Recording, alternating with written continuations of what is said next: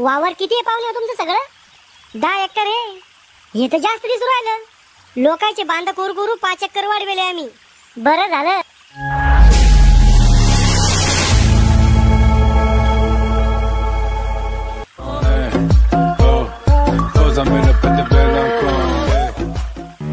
मला 10 करोड रुपये सापडले पाहिजे. श्याम्या, आज पाहुणे येऊ राहिले. आधी सांगून देतो, मी पाहुणे पुढे पाडे म्हणून दाखवणार नाही. फुकटचं खायला येते. बाळा तुला हे येतं का ते येतं का? अरे खरजुल्या, तू पोरगी पाहायला गेलता ना, ते पाहुणे येऊ राहिले. आपलं घर दार जमीन पाहायला. म्हणजे मग सासू सासरे का? येड्या, झाली नाही अजून तुझे सासू सासरे ते. त्याला आधी आपलं घर जमीन पसंत आली पाहिजे. दाढी माझ्यासारखे हिरोला नाही म्हणणारच नाही ते. अरे खळपट चाट्या, नवरदेवाचं तोंड पाहून जर सोरी की जमल्या असत्या ना, तर तुझ्यासारख्या पोरायचे मरूस तरबी लग्न नसते झाले. म्हणजे मी चांगला दिसत नाही का? अरे लाज वाटते तुला संग घेऊन हिंडाची. दाढी, आता तुमच्या हातात जास्त अन्याय नका करू. म्हातार झाल्यावर मलाच पाणी मागसान. काय झालं काऊन डांगरत आली आहे? अव आज पोरीवाली उरले आपलं घरदार पाहायला. मग पोरगा आवडलं वाटतं त्याले. शामू, तुला आवडली का पोरगी? आवडली तर नाही, पण रातची झोपी येत नाही. अरे खेकड्या, शुक्रमान, त्या पोरी तू पसंत आला. मी तर संन्यास घेणं पडलं असतं. मी राहुलला बोललो आणतो. काय आलं? अहो त्याला अनुभव आहे सोयरीकी जमवाचा. अरे त्याच्यापेक्षा जास्त अनुभव आहे माझ्याकडे. शेजाऱ्याची जमीन दाखवून तो माझ्या संग लग्न करेल मी. जेव्हा माणसाचे सगळे ग्रह मान उलटी फिरते तेव्हा माणसाचं लग्न होतं. अय ऐका ना, लग्न झाल्यापासून ऐकूच राहिल ना, तू बोलू कुठे देती? तुम्ही माझ्यावर किती प्रेम करता. मी नाही करतो यावर प्रेम. म्हणजे दुसरे कोणत्या बाईच्या नांदी लागले काय? अव घुटण्यात मेंदू तुझ्यावर नुसतं प्रेम नाही करत, महाप्रेम करतो. शहाजहानला त्याच्या बायकोसाठी ताजमहल बांधलं होतं. तुम्ही माझ्यासाठी काय बांधसान? अव खेबडे, ताजमहल तर सोड, मी तुझ्यासाठी पत्राचं शेड बी बनवणार नाही. आज बेसरच मानते पुढं. अहो मजाक मजाक करतो तुम्ही. राहुल बोंबल, आज आमचं घर वावर पाहायला पाहुणे येऊ राहिले. तू माझ्या संग थांबजो बर का? श्याम्या, कशाला करू लगन? कशाला हाताने घरात भूत घालून घेऊ राहिला? किती दिवस रातच्या पत्राच्या पन्हाळ्या मोजू रे मी. काही फायदा नाही श्याम्या लग्न करून. अरे मला बी वाटतं, मला कोणा अहो म्हणा, माझ्या संग भांडणं करा, मला जळक्या पोळ्या खाऊ घाला, माझ्या मग किरकिर करा. सरळ सरळ सांग ना, काट्याला म्हणून लग्नासाठी.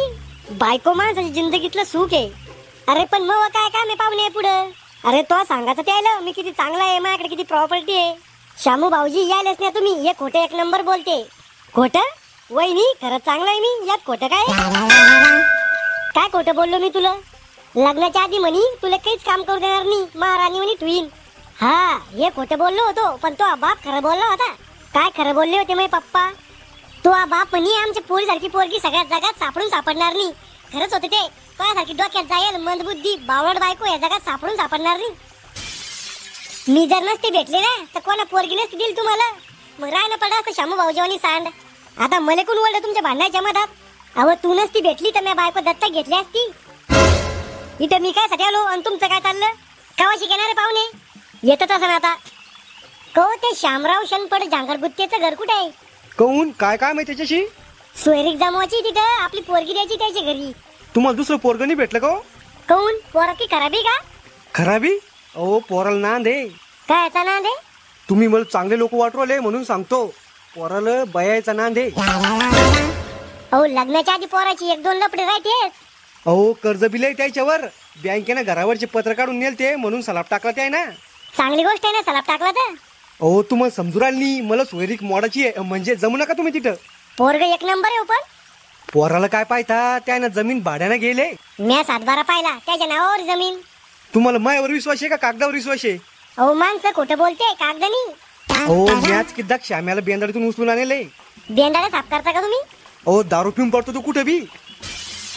मला काही भरोसा नाही बा तुमच्यावर. अहो मी जर खोटं बोलता असन तर माया मरेल बापाची शपथ. मग एक बी शब्द जर चुकीचा निघला तर माया पायाची चप्पल काढा आणि तुमच्या तोंडात आणा. मला भरोसा नाही बसू राहिला तुमच्यावर. अहो मी तुमच्या बायकोच्या नवऱ्यासारखा आहे. हे भडव्या, काय बोल राहिला तू? मस्ती आला का जास्त? अहो मी तुमचा शुभचिंतक आहे. पोरग जवळून पाहिल्याशिवाय कसा निर्णय घेऊ शकतो आम्ही? अहो आमच्या पंचकृषी सगळ्यात जायल पोरगा आहे ते. मग आता सोयरीक कुठे जमवा आम्ही? मग पोरगा आहे ना. काय काम करतो तुमचं पोरग? आपलं पोरगा कलेक्टर होता राहिला एका मार्काना. म्हणजे फक्त एकच मार्क कमी पडला का कलेक्टर व्हायसाठी? नाही, एकच मार्क पडला त्याला परीक्षेत, पण गॅरंटी आहे आपली पुढच्या 60-70 वर्षामध्ये तो कलेक्टर होईल म्हणजे होईनच. वय किती तुमच्या पोराचं? तसा तो 36चा आहे पण दिसतो 21चा. मग पोरग थोडी ते माणूस देऊ. बाई तुम्ही एकदा पोरग पाहून तर घ्या. तुमच्या पोराचा 50% डाटा आटपला आणि 50% डाटा राहिला आता.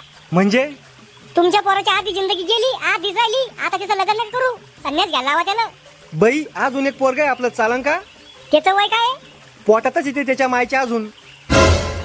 चालावं लय जायला दिसला मला ह्यो माणूस. श्याम्या पाहुणे पुढे जरा लांब्या लांब्या फेकायच्या. दाढी इथं आल्यावर जे खरंय ते दिसणार असेल त्याला. अरे आता जमाना ऑनलाईन झाला रे, नाही तर पहिल्याला शेजाऱ्याची जमीन दाखवून सोयरी की जमावत आहे आम्ही. या पाहुणे हो बसा. लय गरमी बा, आमच्या गावातले लोक लय जळते ना आमच्यावर, म्हणून गरमी वाढली गावात. पाहुणे हो एवढा उशीर कस का झाला यायला? रस्त्यात एक माणूस भेटला होता.